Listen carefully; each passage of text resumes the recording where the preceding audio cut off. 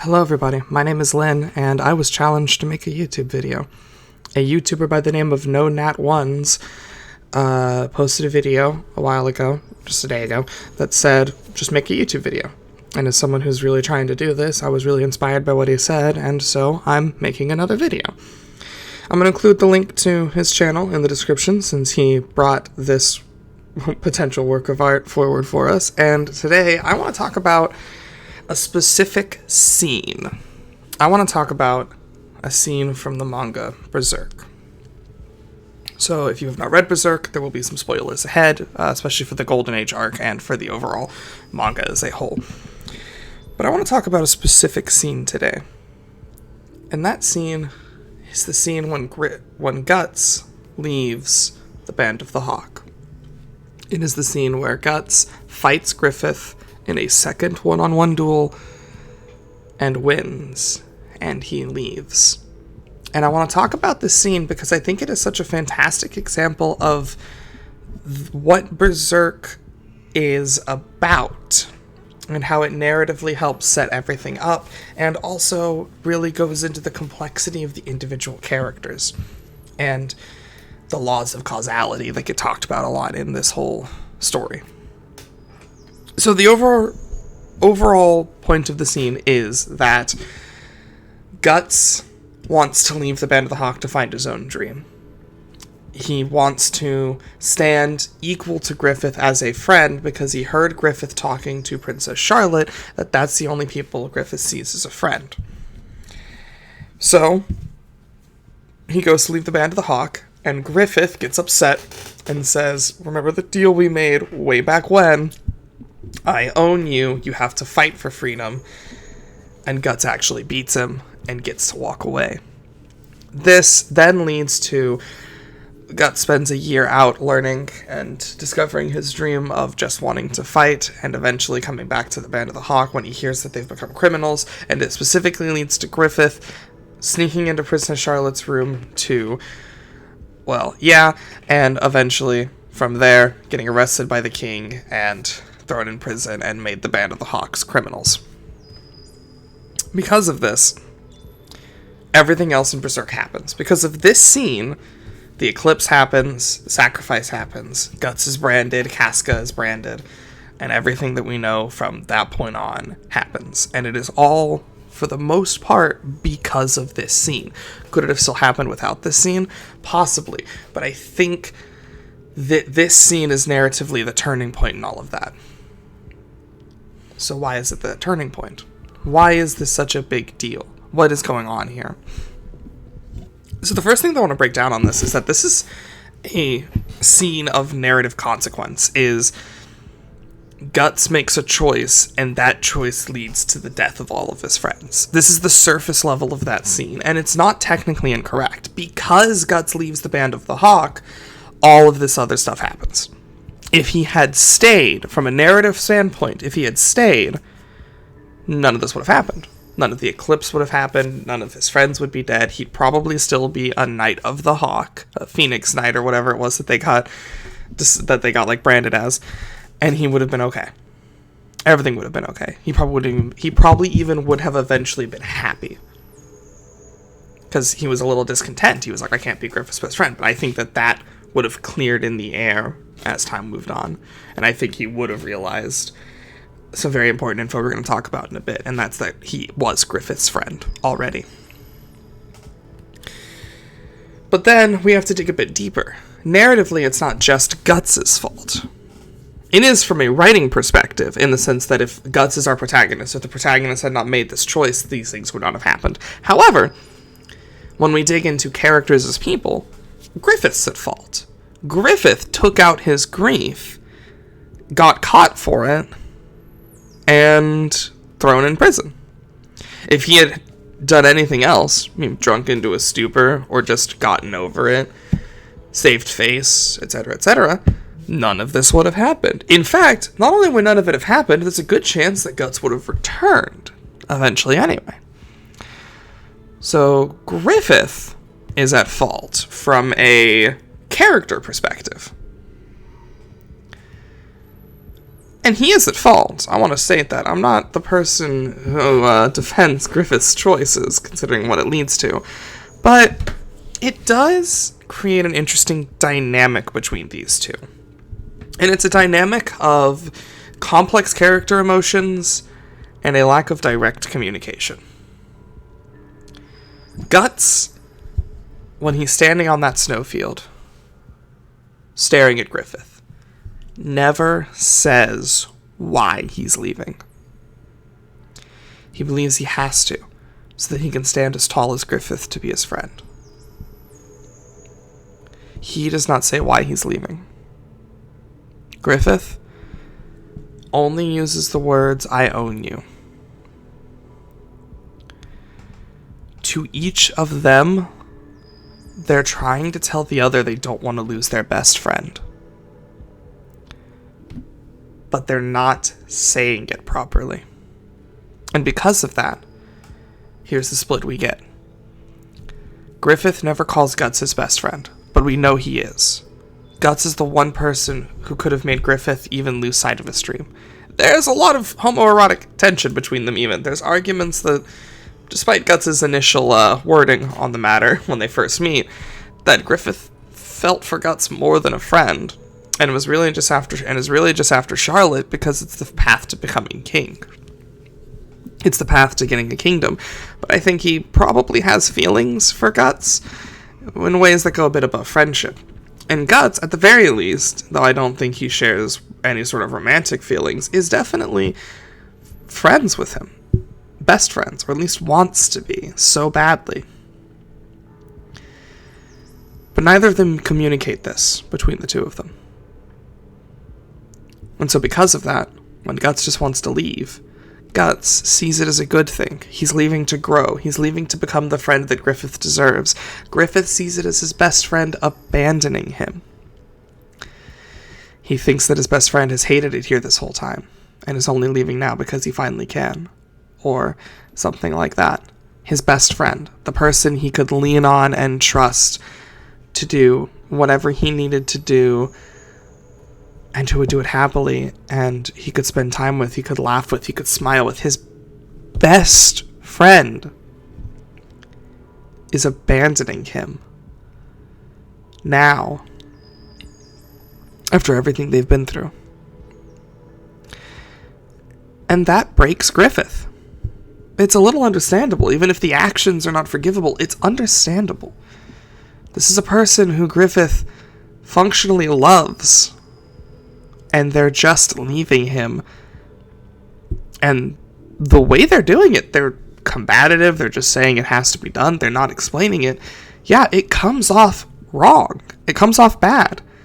It comes off as Guts not wanting to be there. And if Guts doesn't want to be there, then Griffith can't help but think, then damn, why stay?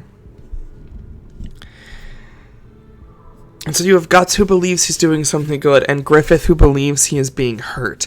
And because of this, that causes the rift, and that spirals into what would become the decision at the eclipse.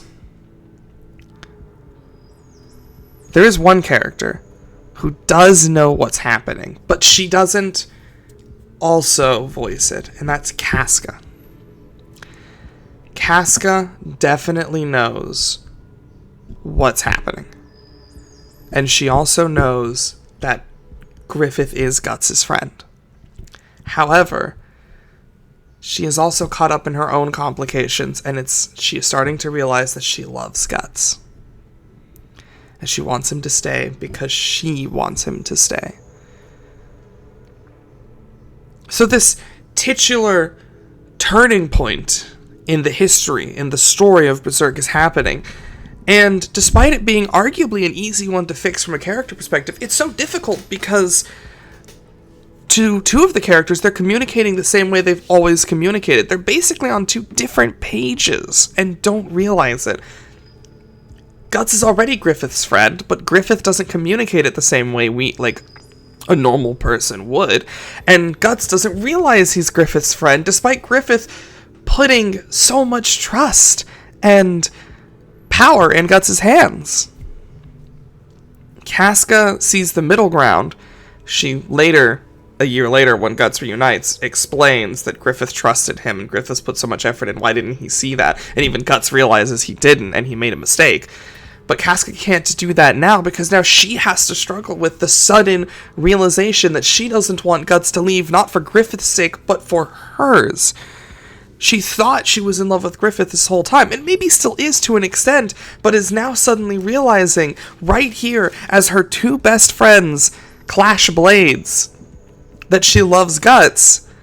And that takes up the forefront of her mind, and because of that, she doesn't get the chance to communicate to either of them what's happening.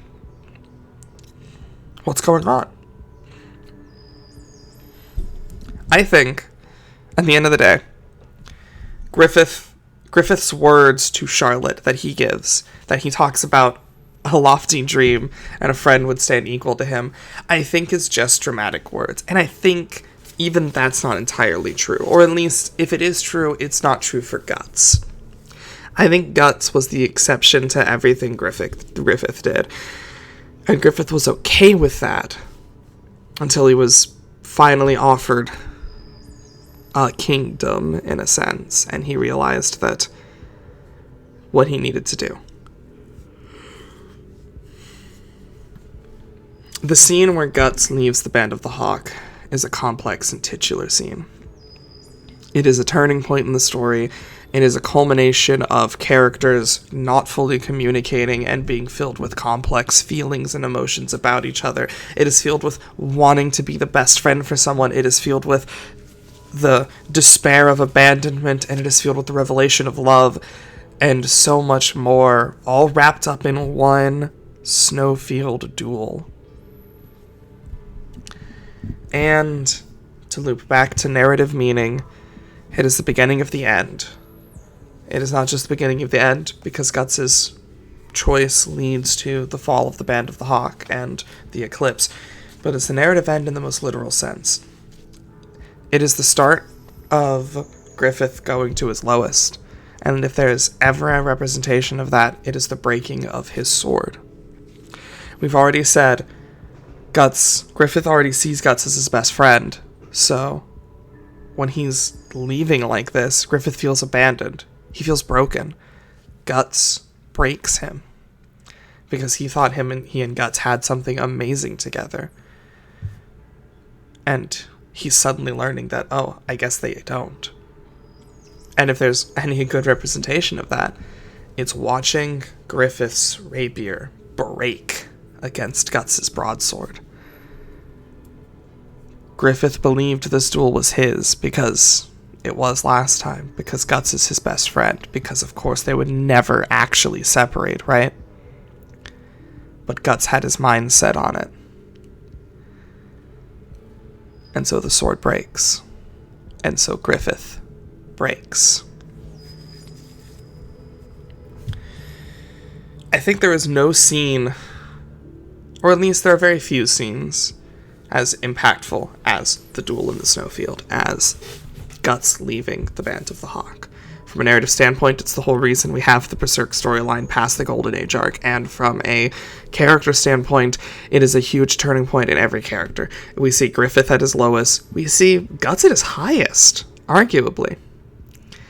There's something to be said about Guts getting to journey and fight and be in control of his own destiny and realize where he wants to be before the eclipse will break him. Well, not really break him, but you know what I mean. And we see Casca come to the revelation of who she really, truly cares about the most. The single duel is a phenomenal scene, and so important to the storyline of Berserk overall, as like a whole. And I really just wanted to talk about it, because I think it's a wonderful scene, and I think it's such a great example of how characters can be in the right, in the wrong, but also incredibly complex, and how almost reasonable it is for what seems like basic communication to be missed when you are used to a certain type of communication. Griffith is so used to treating Guts as a friend through different ways, he never thinks to tell him he's his best friend. And Guts is so used to his silence and following orders, he never discusses to Griffith what he wants to be to Griffith. And of course, Casca coming to the terms that she loves Guts and doesn't want him to leave, and struggling with this sudden onset of feelings that she was holding back, is unable to stop it all from happening. It's a beautiful scene. If you have not read Berserk, I cannot recommend it enough. Scenes like this, there's more than enough scenes like this. So many. There's some in Conviction arc and the Lost Children arc that I could talk about that have very similar just narrative impact as this scene. It's wonderful. It's absolutely wonderful. Thank you all so much for listening to me ramble about one of my favorite Berserk scenes. If you like this content, I guess give it a like, give it a like, give it a comment, give it a subscribe. If y'all want to hear me talk about other major narrative moments in books, mangas, etc., I'd love to. I read a lot. I've read a lot of mangas. I've watched a lot of anime. I read a whole lot of books. So many. So if y'all want to hear me talk about major scenes and dissect them in a similar or maybe more detailed manner than this one, let me know. Tell me what scenes you want me to dissect. And if you just want to listen to some of my other content, like my world building series I'm working on, then stick around. Give a subscribe, maybe. Otherwise, please all have an absolutely wonderful day. Thank you.